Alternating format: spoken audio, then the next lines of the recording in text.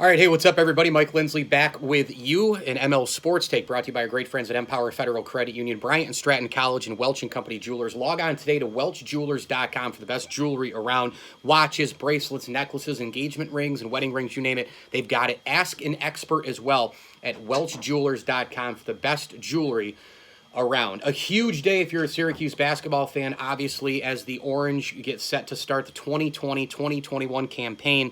They'll start today at the Carrier Dome against Bryant. Again, a weird year, no fans, etc. We know the situation, but it's better to have the basketball and have it be weird than nothing at all. I fully expect Syracuse to go undefeated in the early non-conference play. They've got Bryant, they've got Niagara next week, they have Ryder, they've got the ACC Big Ten Challenge against a Rutgers team that last year was really good, that my Bonnies beat, and that team is ranked right now number 24 in the country. They got some other non-conference games against Buffalo and a couple possibly pending as we wait on the coronavirus schedule and all the rest. But I expect Syracuse to go unbeaten in all these games. The key, of course, for the Orange is going to be in the ACC. We know it's going to be another unbelievable year. Top-ranked teams across the board: Duke and Carolina, Virginia, who, by the way, just lost to San Francisco as I record this video. Florida State's going to be a problem as well. And then you got a lot of mid to low-level teams, not kind of really knowing how good Miami is, how good Pittsburgh is.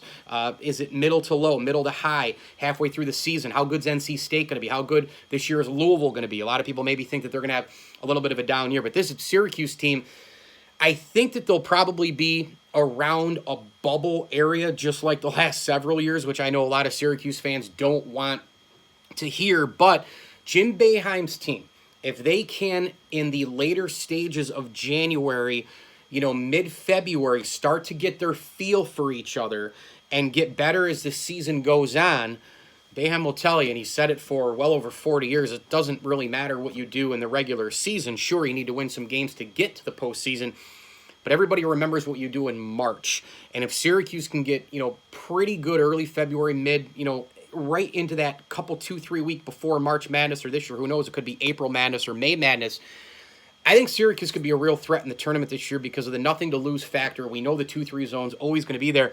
And I think Syracuse has a lot of options this year. I think that's another big thing that you look at with this upcoming class, upcoming freshman class, we're going to get a peek at early today against Bryant. And I'll get to that in just a minute with those players. What are we looking for Syracuse here, for expectations, for rotation mix, and all the rest? I think the key to the team this year, as far as having overwhelming success, is Bourama Sidibe. I think in the middle, this guy here, of course, last year started to come on a little bit, and then the shutdown happened. Syracuse, they were playing their best basketball of the season last year when the coronavirus shut things down. Again, no tournaments across the board last March, but Sidibe in the middle of that zone, can he hold it down? Can he kind of be the emperor of the fortress, so to speak, for the 2-3 zone in Syracuse? I think if Sidibe can give them somewhere in the neighborhood of like 8 to 12 points a game and a consistent 6 to 8 rebounds and play solid, good defense, not allow those back screens up over the top, up above the rim, not get lost, on the wing in terms of helping if somebody disappears, I think this defense, I think this team could be really, really good. I'm not pinning it on just him, but I think is a huge X factor for this basketball team this year, especially put on some weight. It seems like his footwork is a little bit better, get a little bit better defensively in terms of the IQ. I think that Bourama Sidibe is a big, big deal for this team. Clearly, the backcourt is the strength of the team. There's no question about that. You got Buddy Boeheim and you have Joe Girard. We know what an unbelievable freshman campaign Girard had.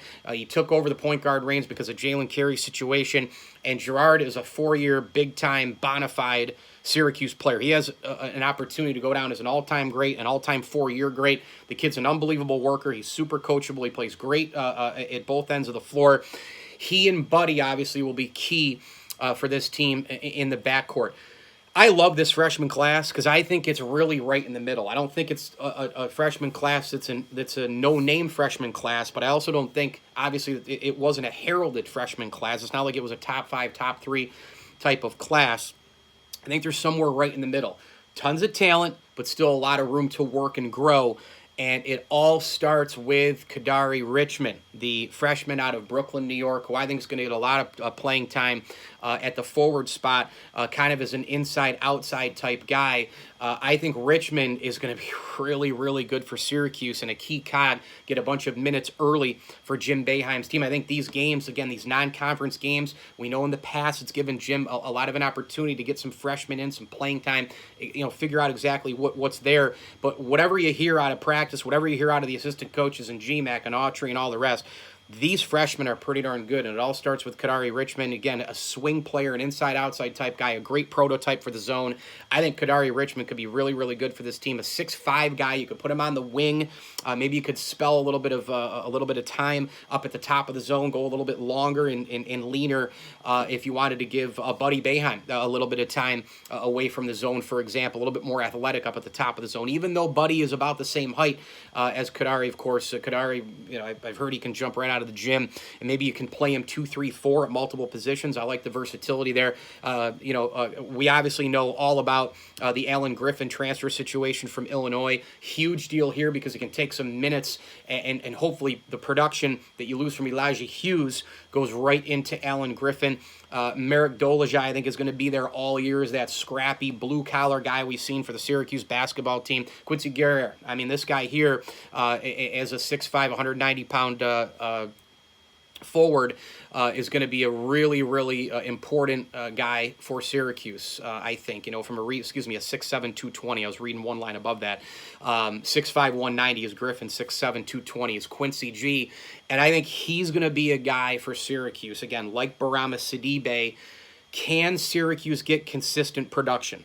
You can't have him once halfway through the ACC schedule, you get 15-point and 8 or 9 rebound type of game from Quincy Guerrier, and then 5 or 8 and 5, or he disappears in the zone, or he gets into early foul trouble, and you get 6 and 3 against a Notre Dame, and he's wobbling up and down all year long. And I know that Quincy, fighting injury and all that's a whole other conversation. But if the big guys, if the front court can stay consistent and just fill the box score almost C.J. Fair-like, Quincy G, Barama Sidibe, Merrick Dolajai, you get Richmond involved a little bit early, I think that's going to be big. And then you look at the freshman class, I tell you right now, I think Frank Anselm is going to be fantastic as well. You're talking about another front court guy as far as backing up, the center position for Barama. I think that's a big deal. He's a freshman. He's a new player who's going to get used to the Syracuse zone. Again, he fits both the things that I just mentioned here. Just making sure that my dog doesn't bite anything, so I'm kind of all over the place. But Frank Anselm, freshman, front court guy. Again, big-time production needed. Front court freshman. You check both of those boxes. Jim Boeheim's going to have a lot of minutes to give out to these freshman players if they are able to produce right away. So again, same thing here as in the past with Syracuse basketball. There's a lot of trending things, a lot of topics that go hand in hand with things that we've seen from the last 5-6 years with teams that have welcomed in the likes of Malachi Richardson and Tyler Lydon and Tyler Ennis and Jeremy Grant. Not quite Kentucky upper echelon Duke. They're not quite Zion Williamson type recruits at the top. They're not unknowns by the same token. They're somewhere in the middle. They get to Syracuse, and they're either 1 and done, 2 and done, or they develop a little bit. I think Syracuse is actually one of the big-name programs in college basketball that's done a great job, not a good job, a great job, at mixing and blending, having underclassmen and upperclassmen and guys in between and transfers that we've seen come in and do great things like Michael Biniget. I think this team's no different. I think Syracuse has really knocked it out of the park here, getting Alan Griffin from Illinois, having some freshmen come in, the Richmonds and the Anselms and company. You blend those guys in with some middle-class type guys. You've got your backcourt with Joe and Buddy, and we'll see what happens with the rest of these guys and some returning players from last year who you're really counting on with the likes of Dolajai and Quincy G. So I think this is going to be a solid year for Syracuse. I think they'll be around a bubble team, but will they be a top 68 team? I think absolutely they'll be bubble, but they'll win enough games in conference and out of conference to make the NCAA tournament. ML Sports Take here, brought to you by our great friends at Empower Federal Credit Union. As I always tell you, enjoy the games.